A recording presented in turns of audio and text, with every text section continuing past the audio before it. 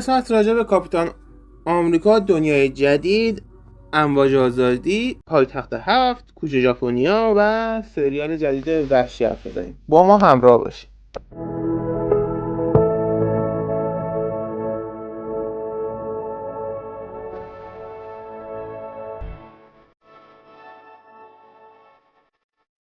به نام خبرگار کمان، به نام یزدان، من محید توسی هستم و خوشحالم از اینکه من در کانال پژوی مد همراهی میکنید. اومدیم با یه قسمت دیگه از نقد و نظردهی.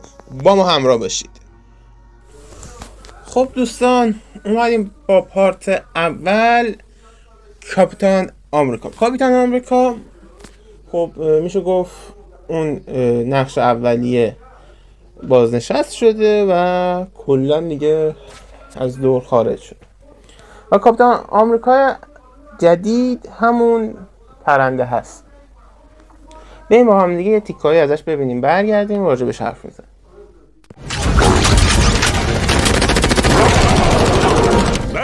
برید عقب.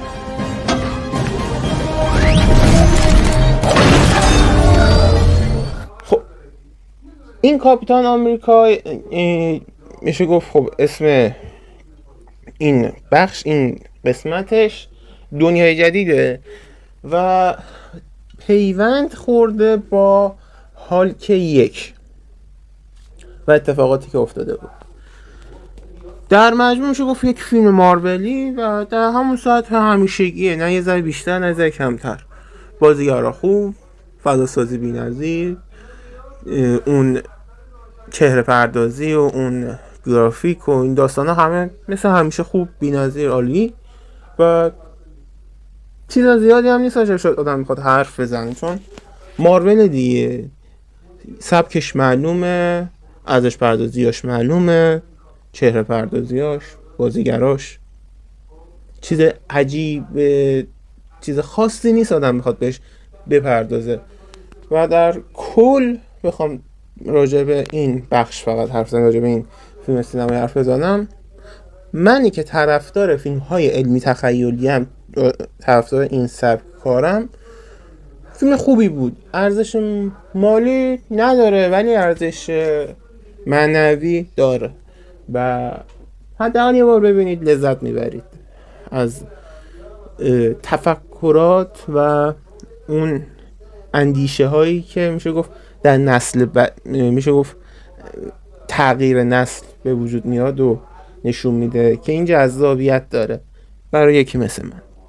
شاید برای شما جذابیت نداشته باشه، دیده خودمو دارم میگم و خوشحال میشم شما هم اگه دیدین این فیلم سینمایی و طرفدار این مدل فیلم هستید برامون کامنت بذارید و راجعش حرف بزنیم.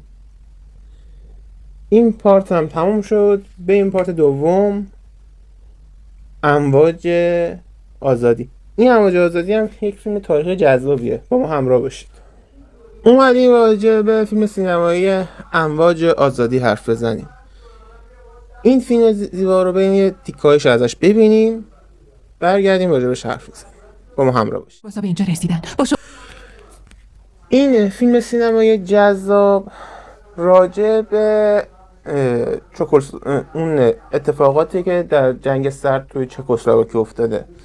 کمونیست‌ها می‌خواستن بر چکسلواکی سلطه یعنی چکسلواکی رو در دست خودشون بگیرن که مردم آزادیخواه چکسلواکی خب مبارزه کردن. اولین کاری که خب کمونیست‌ها کردن اومدن رسانه رو در دست گرفتن و بعدش هم که دیدن دارن شکست میخورن، ارتش سرخ شوروی وارد کار شد و بهشون حمله کرد. و جذابتر از همین که باز مردم چکسلواکی ناامید نشدن و مبارزه کردن. صرف تا صد داستان اصلا همینه، راجع به همین موضوعات میچرخه. چیزی که من از این سریال خوشم اومد، یک فضاسازی عالی، دیالوگ پردازی فوق‌العاده، سناریوی بی‌نظیر، اصلا خیلی خوب. اگر میخواید راجع به دوران جنگ سرد و اینکه واقعا کمونیست ها در جنگ سرد چی کار کردن، چجوری مردم رو خفه کردن اطلاعات به دست بیارید، واقعا میشه گفت فیلم سینمایی جذابیه و از این هم بهره‌مند باشیم که این دوستانی که حالا میشه گفت به حزب‌های دیگه گرایش دارن هم این کارا میکنن، ولی در لفافه و در حالا یه سری چیزای دیگه یه ذره چه میگم بهش کندتر تا مثل این کمونیستا تند روی بکنن. ولی خلاصه میشه گفت این فیلم جذابی بود، ارزش دیدن و حتی پول خرج کردن هم تا حدودی داره. چیز دیگه راجبش نیست بخوام بگم، چون واقعا در همین حد خلاصه و مفید و جمع جور چیزی واقعا نیست. راجب بازیگرش بخوام بگم ولش اسمش رو واقعا نمیتونم بخونم، دوستتون دارم. و اینکه این پارت هم تموم شد، بریم پارت بعدی. یه فیلم سینمایی فیلم سینمایی نیست، یه سریال جذاب و دنباله دار منتظرتون، با ما همراه باشید. اومدیم آجی با پایتخت 7. پایتخت 7 خب چیزی ازش نمیذارم، چون همه دیگه تقریبا میشه گفت حداقل تو اینستاگرام یا همین یوتیوب یک بار فیلمشو دیدیم و میدونیم راجع به چی داریم حرف میزنیم. پایتخت 7 نسبت به اون چیزی که ما ذهنمونه خیلی سناریوش فاصله گرفته از اون حقیقتی که بود. نقیه معمولی تبدیل شده به یه نقیه لاکچری و خیلی چیزهای دیگه بهش اضافه شده که باب میل منی که پایتخت رو از فصل 1 دیدم و بارها و بارها دیدم نیست نسبتا.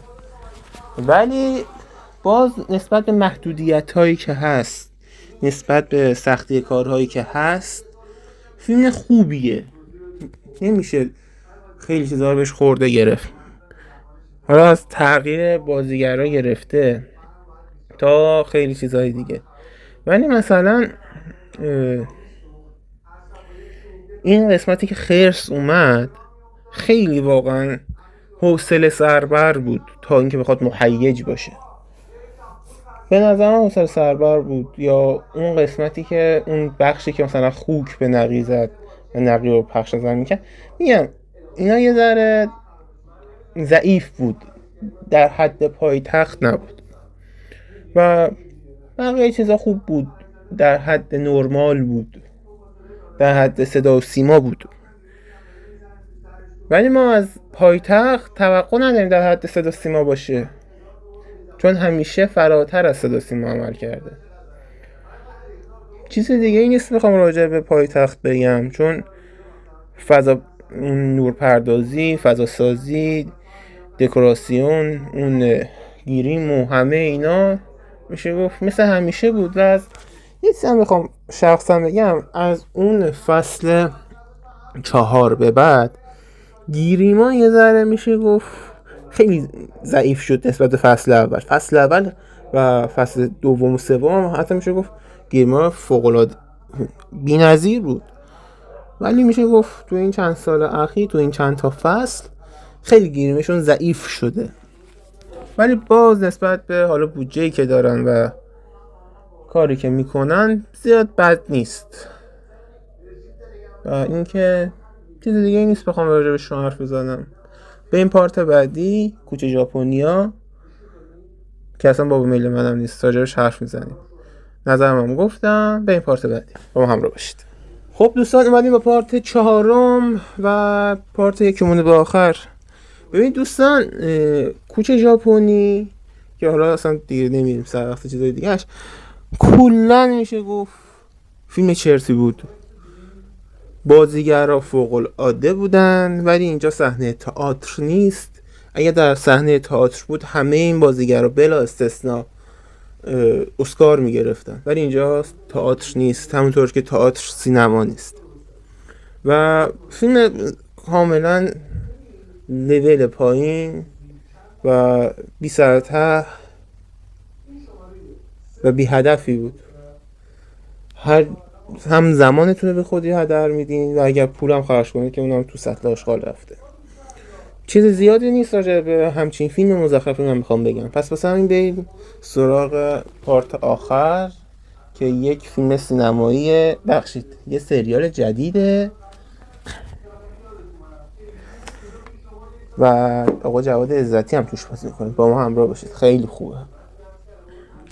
خب بالاخره بعد از مدت ها سریال هومن سیدی اومد به اسم وحشی.